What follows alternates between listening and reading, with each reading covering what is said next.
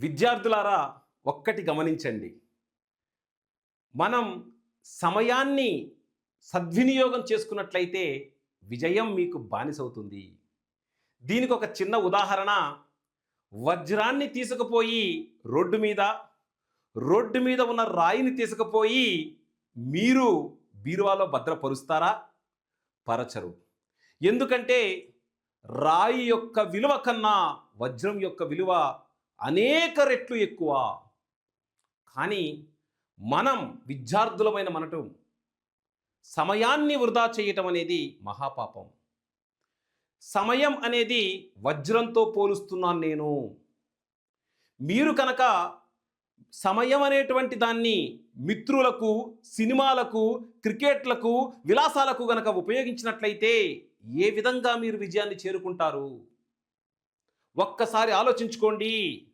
సమయాన్ని అంటే మీ మెదడుని మీ లక్ష్యం వైపు కేంద్రీకరించి నిరంతరం అర్థమెటిక్కో, రీజనింగో, జిఎస్ఓ లాంటి వాటిపైన మీ విలువైన వజ్రం పనిచేయాలి.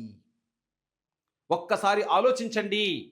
అదే మీ సమయం గనక స్నేహితులపైన, బంధువులపైన, చుట్టాలపైన, విలాసాలపైన, క్రికెట్లపైన ఉపయోగించినట్లయితే ఏ విధంగా విజయాన్ని చేరుకోగలరు?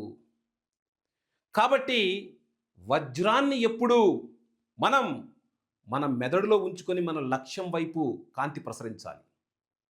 రాయిని, వజ్రాన్ని రెండిటినీ ఏ స్థానంలో ఉంచాలో ఆ స్థానంలోనే ఉంచాలి. సమయాన్ని ఎవరైతే సద్వినియోగం చేసుకుంటారో ఖచ్చితంగా విజయం వారినే వరిస్తుంది. విద్యార్థులు ఎప్పుడు కూడా పోటీతత్వాన్ని పెంచుకొని తమకున్నటువంటి చిన్న బాక్సుని విజయం వైపు మాత్రమే కేంద్రీకరించి లక్ష్యాన్ని చేరుకునేంత వరకు విశ్రమించకుండా పనిచేసేటువంటి సమర్థులకు మాత్రమే విజయలక్ష్మి వరిస్తుంది. సో కాబట్టి నా విన్నపం ఏంటంటే, విద్యార్థులు ఎవరైతే కాంపిటేటివ్ ఎగ్జామ్కి ప్రిపేర్ అవుతున్నారో వాళ్ళు respect the time.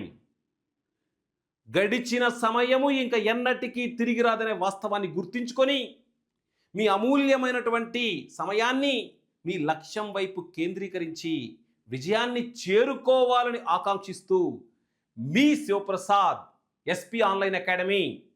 Thank you very much. మరొక మోటివేషన్ పాయింట్లో మళ్ళీ కలుద్దాం. నేను మీ శివప్రసాద్.